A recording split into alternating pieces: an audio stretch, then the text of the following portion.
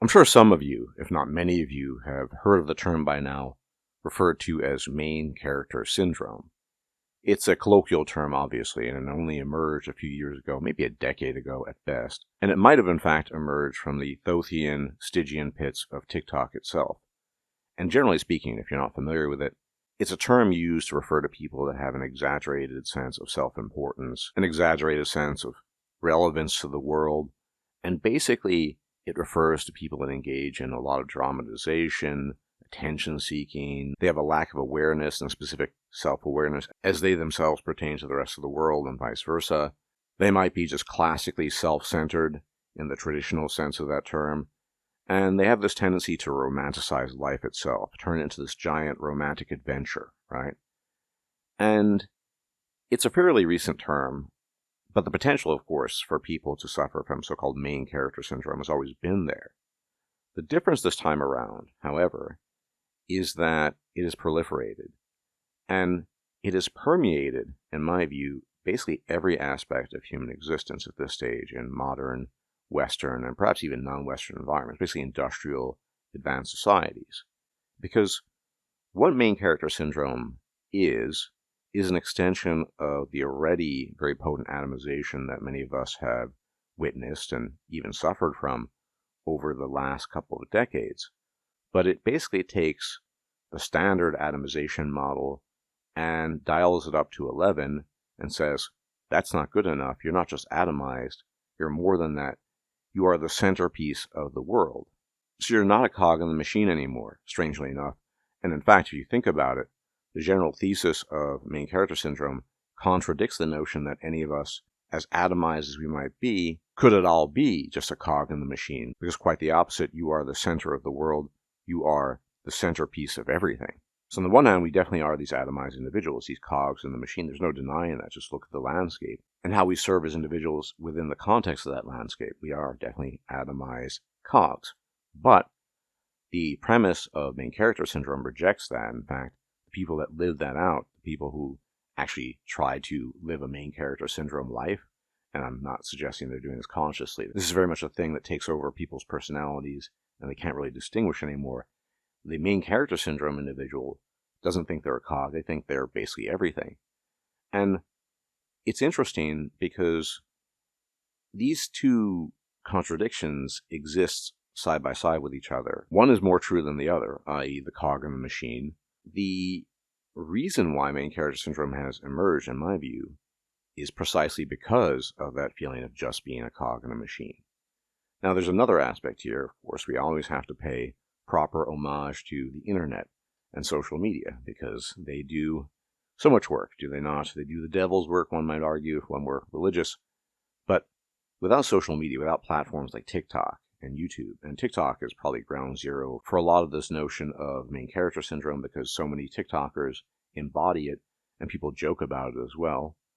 But it is a direct result of mass atomization and the accessibility of the internet and the ability to create an online profile and then extend that into the world and basically present yourself, especially in a millennial/Zoomer context, because these people will present various things. Women will share their pet photos, their cute puppies, and guess, of course, which gender tends to suffer more from main character syndrome than the other when it comes to the social media landscape.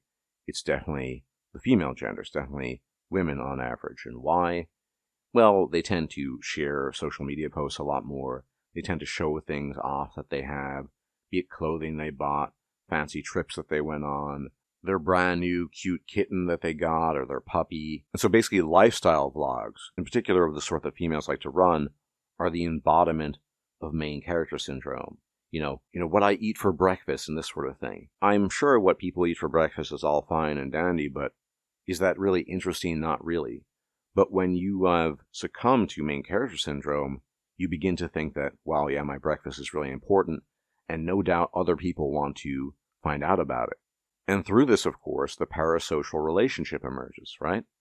People who feel a quote-unquote connection because they find it relatable and what have you. Now, men do this to varying degrees too. It's just much more prominent amongst women. And the problem here is, as is always the case, And something that I mentioned in a previous video about the quote-unquote benefits of coddling women, this adds to it all the more.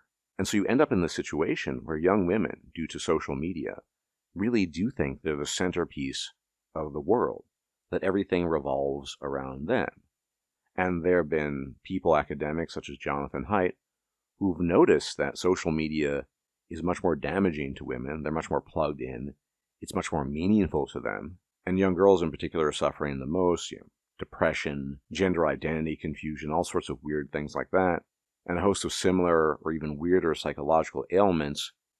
And despite all of that, main character syndrome continues unabated. Now again, it's not just women, but it's mostly women. And this has an effect that it seeps into the culture where everything you view as an individual can only be perceived from the lens of you, that individual. And it has an effect on human relations, how you interact with other people, whether it's family, whether it's friends, whether it's partners, doesn't really matter. You're always going to be the main actor on the stage. Now, mind you, in some sense that's true.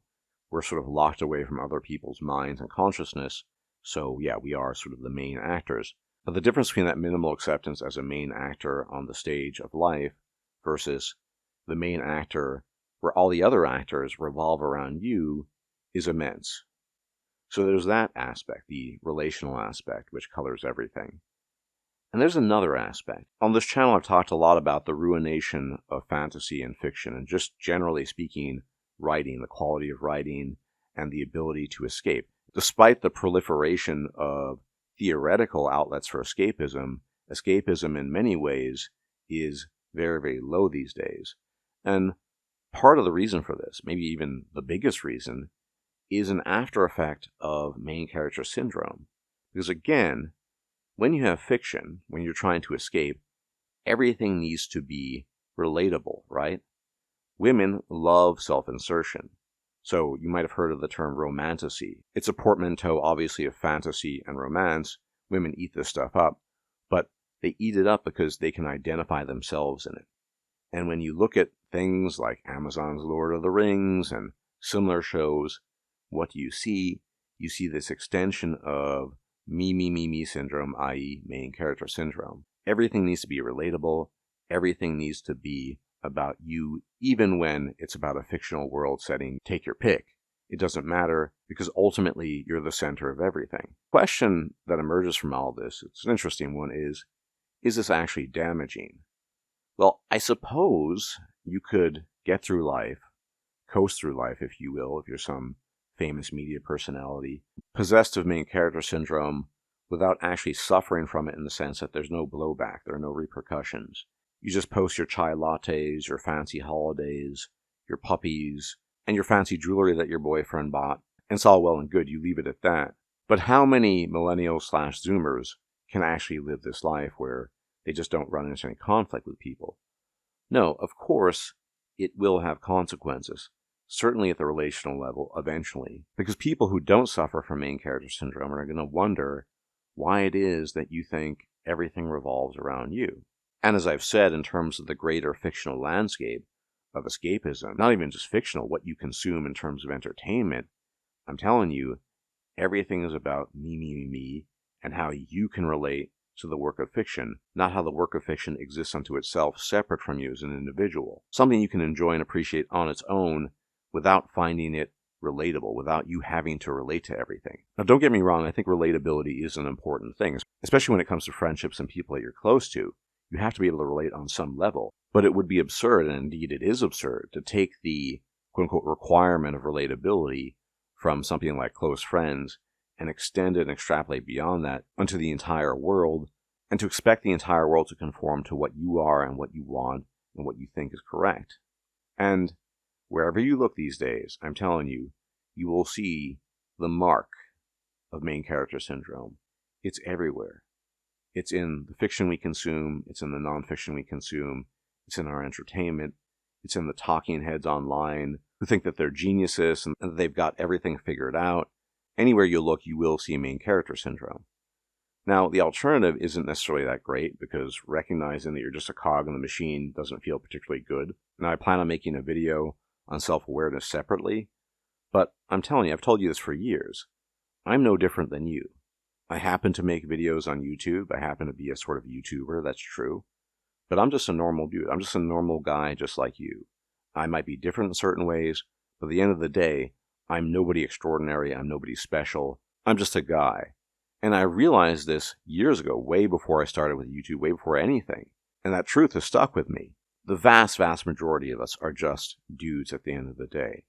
And there's no reason to need to inflate yourself to make everything about you as a way of navigating the world and making it understandable. But I also get why people do it.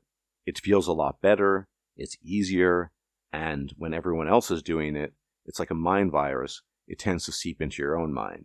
So observe, gentlemen, look around you, and you will see that everything that you look at has been permeated by main character syndrome, and it does not make things better. It doesn't make your human relationships better. It doesn't make your entertainment better. It doesn't make the fiction you consume better. It always makes it all worse because it's all predicated on the delusion of self-inflated ego. Anyway, as always, thank you for tuning in. Many special thanks to my very generous patrons on Patreon, and my donors on PayPal. You guys are the best. Without you, this channel could not exist. Thank you so much, as always. And if you can hit the bell icon, it'd be much appreciated. Be informed of my videos and the rest of the usual YouTube jazz. Like the video, subscribe if you're not yet a sub, comment, share the video with someone, it'd be much appreciated. If I'm still alive, I'll check you out the next time. May the gods truly watch over you. Bye-bye for now. If you liked this video, please like, share, and subscribe. And if you enjoy my content, please consider making a donation or becoming a patron. Thanks for watching.